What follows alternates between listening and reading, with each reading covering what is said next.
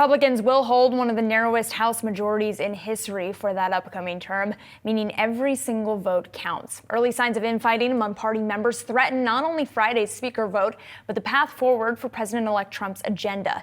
Here to discuss this and more, Wendy Schiller, professor of political science at Brown University. Wendy, it's great to speak with you. We were just speaking about some of the infighting regarding the House speaker vote coming up tomorrow here. If Republicans can't even elect a speaker, can we expect that they can effectively pass policy, or is this infighting specific to Mike Johnson? Well, that's a really important question for things like shutting the government down again or not in March. And of course, the debt ceiling. And we know the debt limit will be breached sometime before the summer.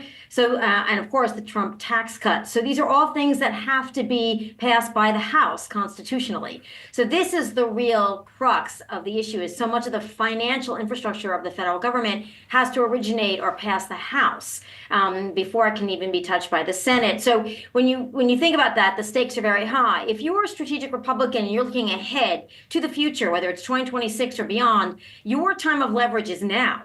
What you want to extract from the speaker is now. So if they all band together and they barely squeak by and elect Johnson, that diminishes some of their leverage going forward and looking ahead at these other issues, particularly the national debt and the deficit. So to me, if you want to get a promise from Mike Johnson, you have to get it in the next 24 hours if you're one of these Republicans that's still holding out.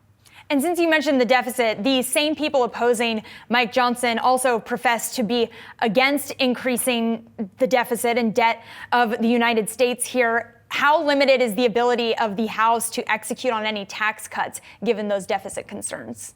Well, Madison, this is the real coalitional challenge for anybody who becomes speaker, and certainly for Donald Trump. Donald Trump wanted to waive the debt ceiling until after the 26 midterms, and the deficit hawks in the Republican Party in the House said a firm no to that. So they don't want to give a blank check, and they were demanding pretty significant cuts to the federal budget in return for the Trump tax cuts. And Trump's seeking victories. This is his second term. Constitutionally, he is prohibited from running again. Unless that changes, he's going to want some victories, and he's going to go out to the voters and really try to put pressure on the Republicans. But some of these Republicans have, objected to things that Trump wants in the past and still gotten elected relatively easily in 2024. So this just shows you the disconnect that comes with separate elections for the president and the House, because even with the same party, the constituency support is quite different on key issues like deficit spending.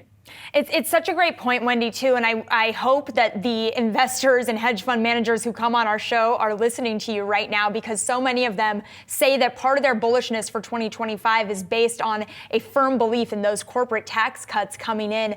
What is your message to them on the likelihood of that? Well, they've got to do some retail lobbying, and they're very good at this. But the idea that Trump can do it through Truth Social, or X, formerly known as Twitter, or get Elon Musk to go out and sell it to people, that's not going to work with people who are already looking at 2026. They know their constituents. They've been reelected, like Chip Roy, very comfortably, even in opposition to Trump.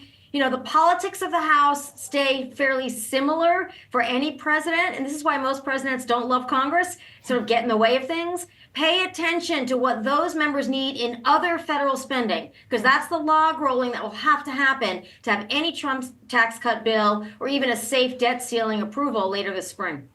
Wendy, I want to talk specifically about state and local tax SALT as well. Stephen Moore, one of Trump's economic advisors, recently saying that Trump's economic team is considering doubling the state and local tax deduction from $10,000 to $20,000. And there has been a little bit of bipartisan support for that for some of the big blue states, California, New York. Does that make that more likely?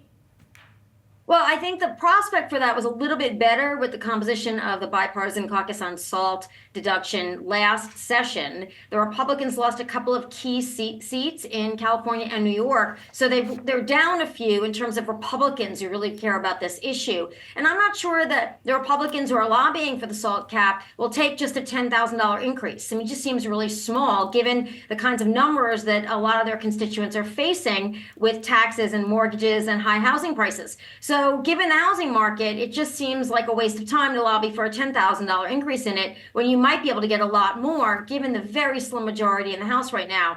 So in that sense, they're going to have to make a bolder argument and really rely on this very slim majority, even though in their own caucus they've lost a few key Republican people. And by the way, the people who are leading the charge are also running for governor from New Jersey, two of them against each other from the House.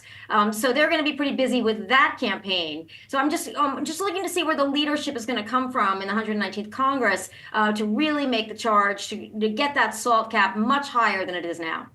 Given some of those elections that you mentioned, then, is the will of constituents and the desire and kind of support of some of these tax cut policies potentially going to move the needle on this legislation? It really will come down to, I think, in some ways, the Republicans from California and Republicans from New York. I mean, Gottheimer and Sherrill are both from New Jersey, and they're both running for governor, as I just said. So it's really going to take some strong advocacy, and they're going to, again, have to log roll not only within the tax cut debate, but also on things like debt ceiling or the speaker's vote. They're going to have to really muscle their way in and say, we need this as a victory to sustain the House majority in 26. Because if we don't deliver this, then some of our constituents may vote in a close race for our competitor and give Democrats the majority in the House. So that's the argument California and New York Democrats and Republicans will have to make, but particularly Republicans with this very slim, difficult to govern majority that the House is facing now.